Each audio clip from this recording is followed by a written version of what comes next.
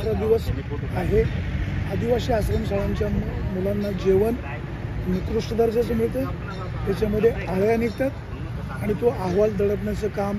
वरिष्ठ अधिकारी करतात। या अधिकाऱ्यांना कारवाई व्हावी अशी त्यांची मागणी आहे। मी खरं तर दत्ताभाऊंच्या उपोषणाला मी आज पहिल्यांदा तिथे भेट द्यायला आलो। मागे 1-2 वेळा हा प्रकार घडलेला होता की जेवणामध्ये काय आळ्यांचा प्रकार, काय सोनकिडे अशा प्रकारची 1-2 वेळा तो प्रकार झालेला होता आणि त्या प्रकाराच्या अनुषंगानं मी स्वतः माझ्या संघटनेच्या वतीनं प्रकल्प कार्यालय असेल, आयुक्त कार्यालय असेल, अगदी नॅशनल आयोगापर्यंत, अनुसूचित जमाती आयोगापर्यंत पण तक्रार केलेली होती आणि त्या तक्रारीच्या अनुषंगानं शासनाने पत्रव्यवहार करून संबंधित जे काही एजन्सी आहे सेंट्रल किचन चालवणारी त्यांना पत्रव्यवहार केलेला होता की त्याच्यामध्ये दुरुस्ती केली पाहिजे। स्वच्छता किंवा त्या आळ्या जो प्रकार आहे त्याच्यामध्ये व्यवस्थित मुलांना जेवण गेलं पाहिजे आणि दरम्यानच्या काळात आता परत तोच प्रकार त्या ठिकाणी घडलेला आहे। व्यक्तिशः त्या ठिकाणी झालेली घटना तेव्हा त्याच्यामध्ये काय होतं हे मी काय माझ्या प्रथमदर्शनी माझ्या डोळ्यांनी पाहिलं नाही, परंतु जेव्हा पेपरमध्ये आलं, बाईटमधून आलं, सगळ्यांच्या तोंडामधनं तेच आलं का बा त्या जेवणामध्ये आळीच होती। काहींचं म्हणणं होतं का त्या राजम्याला काहीतरी ते छोटा मोड आलेला होता, असंही काय आहे। तर त्याची खरं तर लॅबमध्ये पूर्ण तपासणी करून जो काय निष्कर्ष आहे, जो काय अहवाल आहे, त्या अहवालाच्यानुसार सत्यस्थिती त्याचं जे जबाबदारी कोणावरती निश्चित झाली पाहिजे त्याचा खरं तर त्या ठिकाणी शासनामार्फत दखल घेतली पाहिजे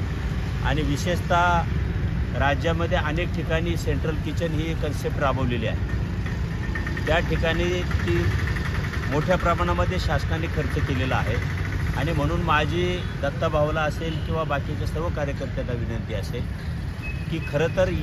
हे उपोषण आपण इथं करण्यापेक्षा खरं आपण आमदार साहेब यांना बरोबर घेऊन, आजी माजी आमदार असतील, आजी माजी खासदार असतील यांना बरोबर घेऊन खरं तर आपण मंत्रालयाच्या दारामध्ये या निमित्तानं हा राज्याचा प्रश्न आहे आणि जे 25-26 आमचे आदिवासी समाजाचे आमदार आहेत त्यांनीसुद्धा याची दखल घेतली पाहिजे की राज्यामध्ये अनेक ठिकाणी विविध ठिकाणी आश्रमशाळा आहेत, वसतिगृह आहेत, त्यांना हे निकृष्ट दर्जाचं जर जेवण जात असेल तर मुलांची खरं तर त्या ठिकाणी कुचंबना होती, त्यांच्या आरोग्यावर परिणाम होतो आणि म्हणून दोष निश्चित कोणावरती करायचा। तर या बाबतीमध्ये शासन स्तरावरती सचिव असतील, मंत्री महोदय असतील यांच्याबरोबर हे 25-26 आमदार एकत्र येऊन हा कुठंतरी याच्यावरती तोडगा काढला पाहिजे अशी माझ्यासारख्या कार्यकर्त्याची भूमिका आहे। माझी दत्ताभाऊंना या निमित्तानं हीच विनंती आहे की आपण या तालुक्याचे आमदार साहेब यांच्या माध्यमातून आपण मंत्रालयावरती खरं तर आपण त्या ठिकाणी पाठपुरावा करणं गरजेचं आहे आणि आमदार साहेबांनी केलेलं आहे असं मीडियाच्या माध्यमातून माहिती समजलेली आहे, परंतु त्याचा पाठपुरावा करून त्या ठिकाणी याच्यामध्ये बदल कसा चांगला करता येईल आणि मुलांना दर्जेदार आणि उच्च दर्जाचं जेवण कसं देता येईल त्या पद्धतीनं खरं तर विचार केला पाहिजे। अर्थात दत्ताभाऊंनी एक सामाजिक आपली जाणीव ठेवून मुलांच्या भवितव्याचा दृष्टिकोन ठेवून, आरोग्याचा दृष्टिकोन ठेवून या ठिकाणी हे आंदोलन उभं केलेलं आहे। यामध्ये सर्व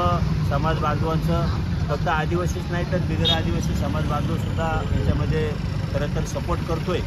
किंवा हा मुलांचा प्रश्न आहे आणि हा सुटला पाहिजे अशी सगळ्यांची भावना आहे। नक्कीच दत्ताभाऊ आपल्या प्रयत्नांना यश येऊ अशा प्रकारची मी या निमित्तानं विनंती करतो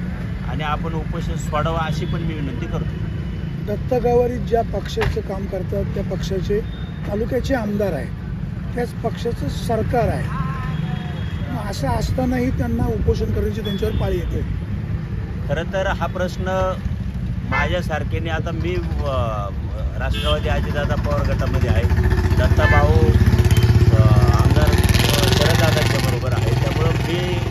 त्या गोष्टीवरती बोलणं उचित नाही, परंतु माझं प्रामाणिक मत आहे का विद्यमान आमदारांबरोबर किंवा विद्यमान आमदार साहेबांचा एक जवळचा हाडाचा कार्यकर्ता आहे, त्यांच्या माध्यमातून मंत्रालय स्तरावरती जे काही राज्यातले आमचे 25-26 आदिवासी आमदार आहेत यांना एकत्र करावं आणि आदिवासी मंत्र्यांच्या माध्यमातून, सचिवाच्या माध्यमातून याच्यावरती हे सेंट्रल किचन बंद झालं पाहिजे या पद्धतीनं काहीतरी निर्णय घेतला तर याच्यामध्ये जरूर मार्ग निघेल असं मला वाटतं।